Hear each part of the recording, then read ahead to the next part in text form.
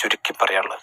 അതുകൊണ്ട് തന്നെ ശരിക്ക് ഈ പിന്നെ ജിന്നും മലക്കും കാര്യകാരണ ബന്ധത്തിന്റെ അകത്തോ പുറത്തോ എന്നുള്ള ചോദ്യം ഇപ്പോഴും വളരെ പ്രസക്തമായി നിൽക്കുകയാണ്. മാത്രമല്ല ഇതിലെ തമാശ എന്താ വെച്ചാല് പകല് മുഴുവൻ പറഞ്ഞിട്ടും പ്രമാണമല്ല എന്നൊക്കെയാണ് ചില ആളുകൾ പറഞ്ഞത്. ശരിക്ക് ചുരുങ്ങിയ മണിക്കൂറുകൾ മാത്രം നമ്മളൊരു വിഷയം പറഞ്ഞപ്പോഴേക്ക് തന്നെ മറുപടി ഇല്ലാതെ നിൽക്കുകയാണ് പല ആളുകളും. ഏറ്റവും രസകരമായ കാര്യം വെച്ചാൽ 360 ദിവസവും ജിന്ന് ജിന്ന് ജിന്ന് ജിന്ന് എന്ന് പറയുന്ന നാട് നീളെ കുട്ടിച്ചോറാക്കി നടക്കുന്ന ആൾക്കാർ.